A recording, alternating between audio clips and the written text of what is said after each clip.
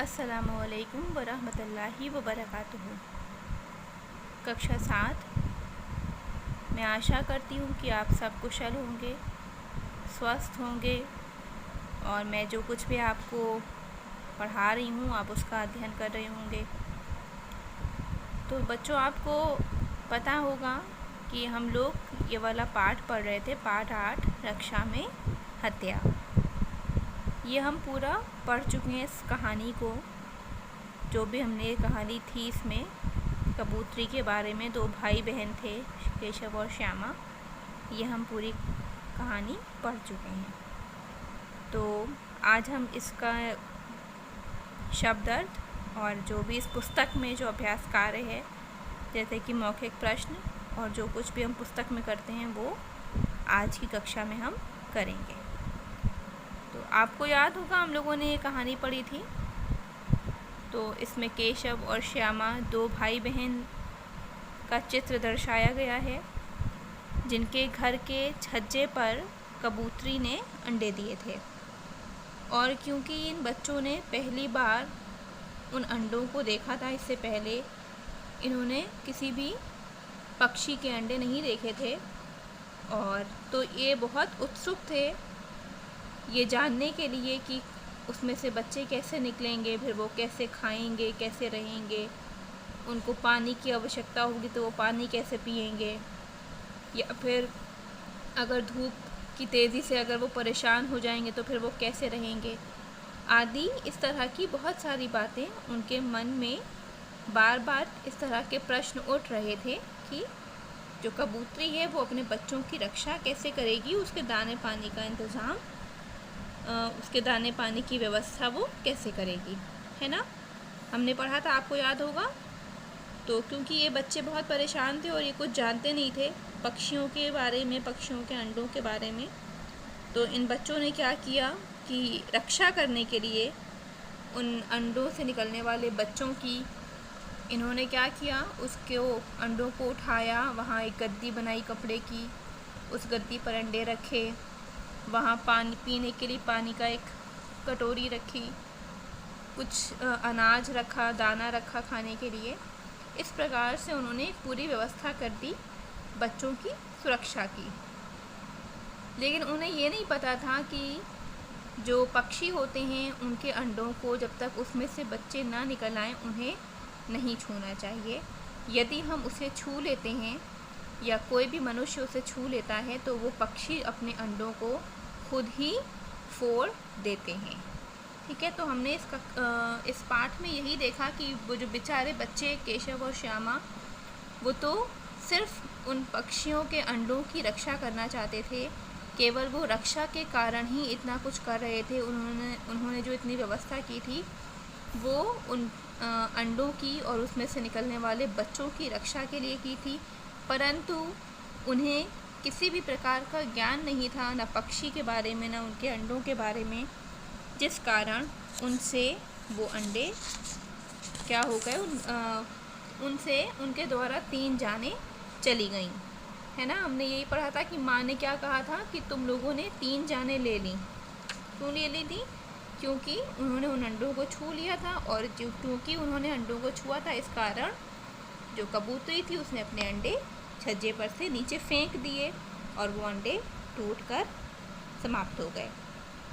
ठीक है, तो हमने इसका पाठ में ये सीखा कि बेशक अगर हम किसी चीज़ को जानने के लिए उत्सुक हैं, किसी कार्य को करने के लिए बहुत उत्सुक हैं, तो हमें उसके बारे में ज्ञान होना बहुत आवश्यक है। हमें उस चीज़ के बारे में, उस वस्तु के बारे में, और अगर हम किसी पक्षी के बारे में कुछ किसी पक्षी की रक्षा के लिए या उसके किसी और चीज़ के लिए कुछ कर रहे हैं, तो हमें उनके बारे में पूरा ज्ञान होना चाहिए, और ज्ञान प्राप्त करने के बाद ही हमें किसी भी काम में हाथ डालना चाहिए। हम किसी भी प्रकार का कोई भी काम करना चाहते हैं तो पहले अपने बड़ों की आज्ञा लें। हमने देखिए पाठ से यही सीखा, अगर वो बच्चे अपनी माता जी को बता देते, क्योंकि बच्चों ने माता जी को नहीं बताया था, अगर वो बच्चे अपने माता जी को बता देते कि वो ऐसा सोच रहे हैं और वो ऐसा ऐसा करना चाहते हैं, तो उनकी माता जी उन्हें मना कर देती और वो बता देती कि ऐसा नहीं करना चाहिए, क्योंकि ऐसा करने से अगर हम किसी पक्षी के अंडों को छू लेते हैं तो वो फिर अंडों को फोड़ देते हैं। लेकिन क्यों? क्योंकि उन्होंने अपने बड़ों की आज्ञा नहीं ली, उनसे नहीं पूछा, और इस कारण क्या हुआ, जो वो रक्षा करना चाह रहे थे, वो बच्चों की जो देखभाल करना चाह रहे थे, उसमें उनसे उन अंडों के उन बच्चों की हत्या हो गई, है ना। तो हमने इस पाठ से यही सीखा है कि हम सबको जब भी कोई कार्य करना हो और अगर हमें उसके बारे में कुछ भी नहीं पता है, कोई कार्य हमारे लिए बिल्कुल नया है, तो हमें सबसे पहले तो अपने बड़ों की आज्ञा लेनी चाहिए कि क्या हम ये करें या ना करें, और फिर जैसा हमारे बड़े कहते हैं हमें वैसा ही करना चाहिए। अगर वो कहते हैं कि हाँ कर लो, मगर इस तरह से करना या वो करने का तरीक़ा बताते हैं, तो हमें उसी तरह से उसी प्रकार से अपने कार्य को करना है जैसे उन्होंने करने के लिए बताया है। और अगर वो मना कर देते हैं तो फिर हमें वो काम नहीं करना है। क्यों? क्योंकि जो हमारे माता पिता होते हैं, जो भी आयु में हमसे बड़े होते हैं, वो सब हमसे ज़्यादा जानते हैं चीज़ों के बारे में, लोगों के बारे में, जीव जंतुओं के बारे में, पशु पक्षियों के बारे में। ठीक है, तो आज आपने अपने पाठ से यही सीखा है कि कोई भी काम, चाहे वो छोटे से छोटा हो, चाहे वो बड़े से बड़ा काम हो, जब भी हम करना चाहते हैं तो सबसे पहले हम अपने बड़ों की आज्ञा लेंगे और उनकी आज्ञा अनुसार वो जिस प्रकार से हमसे बताएंगे कि इस तरह काम करना है, उसी तरह से हम उस कार्य को करेंगे। ठीक है, और उत्सुकतावश हमें कोई ऐसा कार्य नहीं करना है जिससे किसी का नुकसान हो जाए या कोई भी चीज़ व्यर्थ हो जाए। ठीक है, तो इस बात को याद रखिएगा। दो बातें, एक तो आपको किसी भी काम को करने के लिए उसके बारे में उसका ज्ञान होना ज़रूरी है, और दूसरा ये कि हमें अपने बड़ों की आज्ञा के बग़ैर कोई कार्य नहीं करना है।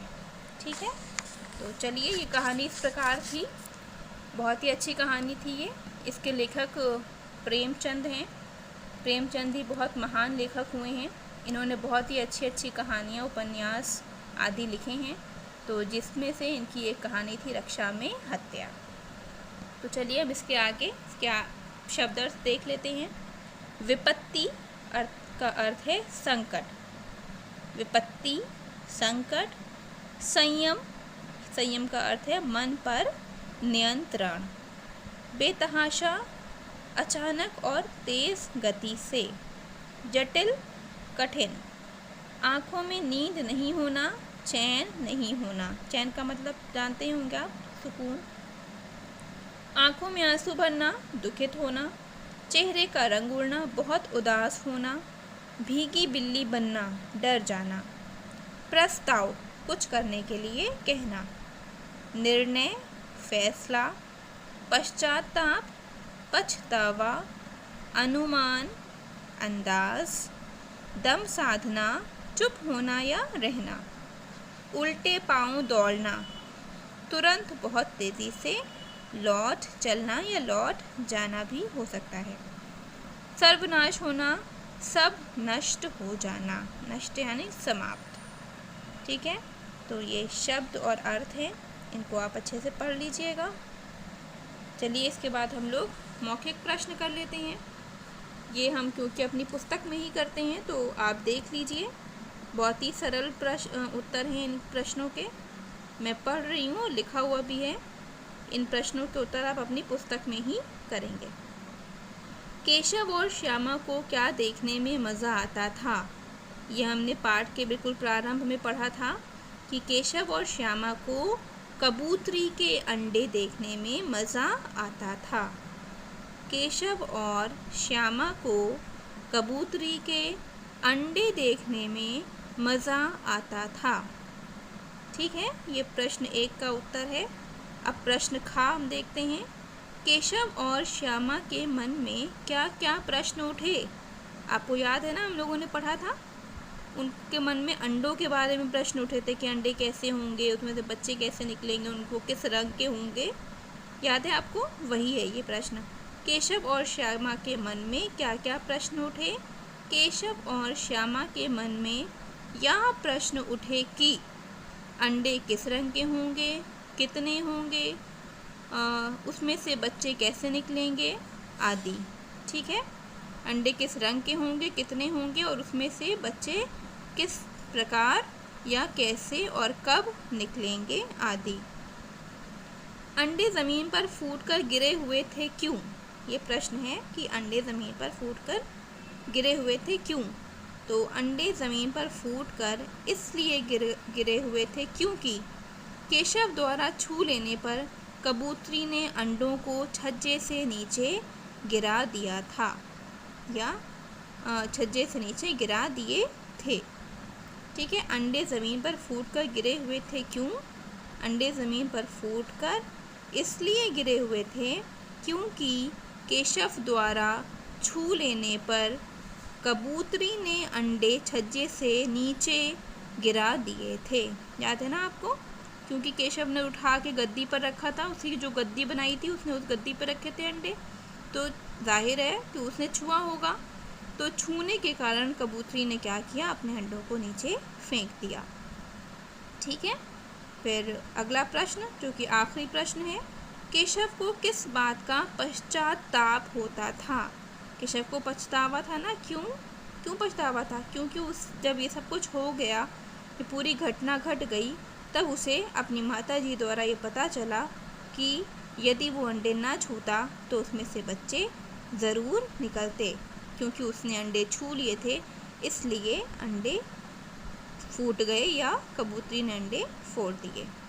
तो उत्तर देखिए इस प्रकार है कि केशव को इस बात का पश्चाताप होता था कि उसकी उत्सुकता के कारण केशव को उसकी उत्सुकता के कारण अंडों के टूटने का पश्चाताप होता था। केशव को किस बात का पश्चाताप होता था? केशव को उसकी उत्सुकता के कारण अंडों के टूटने का पश्चाताप होता था। ठीक है, ये आपके मौखिक प्रश्न हैं। इनके उत्तर आप पुस्तक में ही लिखते हैं, तो अपनी पुस्तक में ही लिख लीजिएगा। और बहुत ही सरल हैं, आपके पाठ में से ही आपने पाठ बहुत अच्छे से पढ़ा है, और ख़ुद भी पढ़िएगा घर पर, ताकि आपको और भी अच्छे से पाठ आ जाए। चलिए अब हम बहुविकल्पी प्रश्न करते हैं। पहला है सही बात पर हमें सही का चिन्ह लगाना। ये तो हम लोग हमेशा ही करते हैं, प्रत्येक पाठ में करते हैं, इस पाठ में भी कर रहे हैं हम। तो पहला है कि किसने अंडे दिए थे? कबूतरी ने, चिड़िया ने, मुर्गी ने। किसने दिए थे बताएं आप? कबूतरी ने दिए थे। तो किसने अंडे दिए थे? कबूतरी ने को आप टिक कर लेंगे। पक्षी ने अंडे कहाँ दिए थे? खिड़की में, छत पर, छज्जे पर। पक्षी ने अंडे कहाँ दिए थे? छज्जे पर। तो छज्जे पर को आप टिक कर लेंगे। फिर आखिरी है, अंडों की रक्षा करने में केशव और श्यामा से भूल हो गई, किस कारण? ठीक है ना, ये पूछना कारण क्या था भूल होने का? मूर्खतावश। मूर्ख यानी बेवकूफ़। क्या वो बेवकूफ़ थे? नहीं, वो बेवकूफ़ नहीं थे। अगर वो मूर्ख होते तो उनकी रक्षा करने के बारे में नहीं सोचते। मूर्खतावश, अज्ञानतावश, उत्सुकतावश। देखिए अज्ञानतावश भी सही है, लेकिन वो पाठ में जो बताया गया है वो बहुत उत्सुक थे बच्चों को देखने के लिए, बच्चों के बारे में जानने के लिए। ठीक है ना, तो हमारा जो उत्तर होगा वो होगा उत्सुकतावश। उत्सुकतावश को आप टिक कर लेंगे। ठीक है, तो ये तीनों चीज़ें कर लीजिएगा। इन तीनों के बाद हम अगले पृष्ठ पर अगला अभ्यास कार्य देखते हैं क्या है। एक मिनट।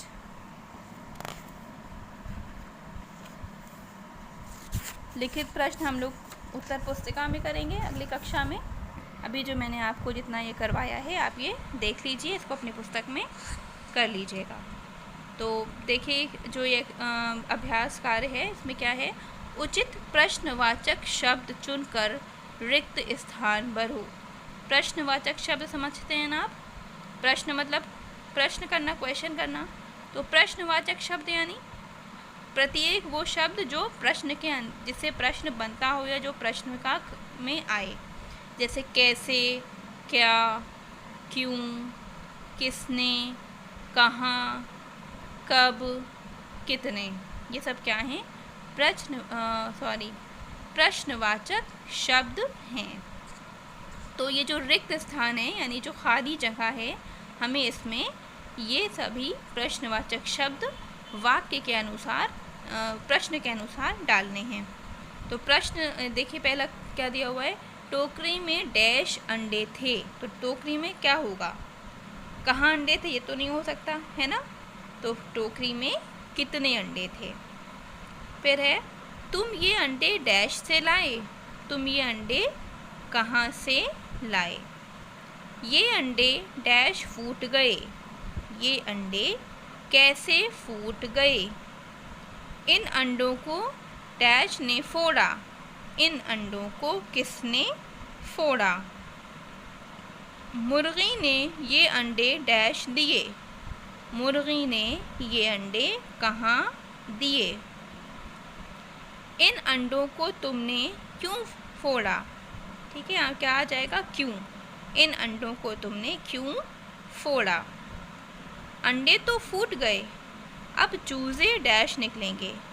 तो अब चूज़े कब निकलेंगे। अंडे तो फूट गए, अब चूज़े कब निकलेंगे। ठीक है, तो ये है आपके अब पुस्तक में करने वाला कार्य। आप इसे अपनी पुस्तक में कर लीजिएगा।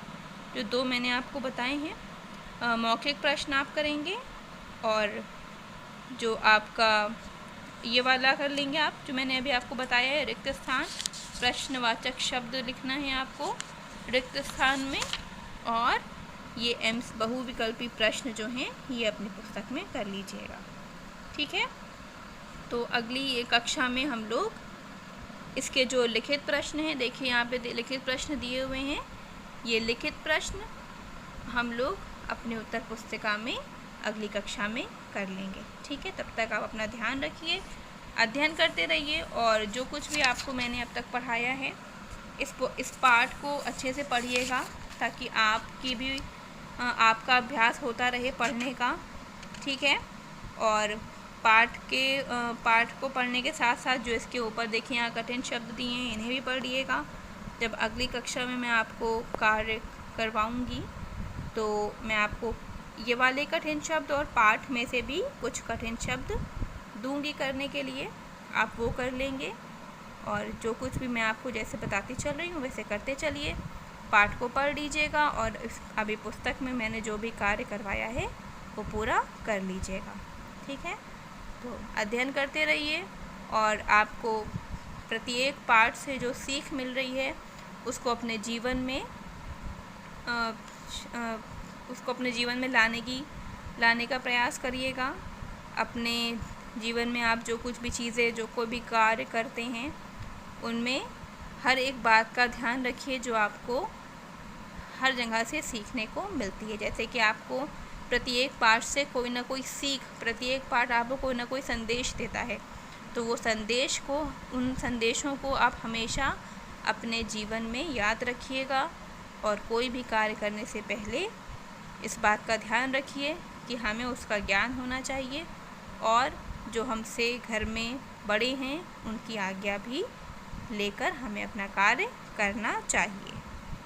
ठीक है, तो चलिए अपना अध्ययन करिए, प्रसन्न रहिए, और बिल्कुल भी काम को छोड़ने की ज़रूरत नहीं है। जो जैसे करवाया जा रहा है, जो जैसे बताया जा रहा है वो वैसे करते चलिए।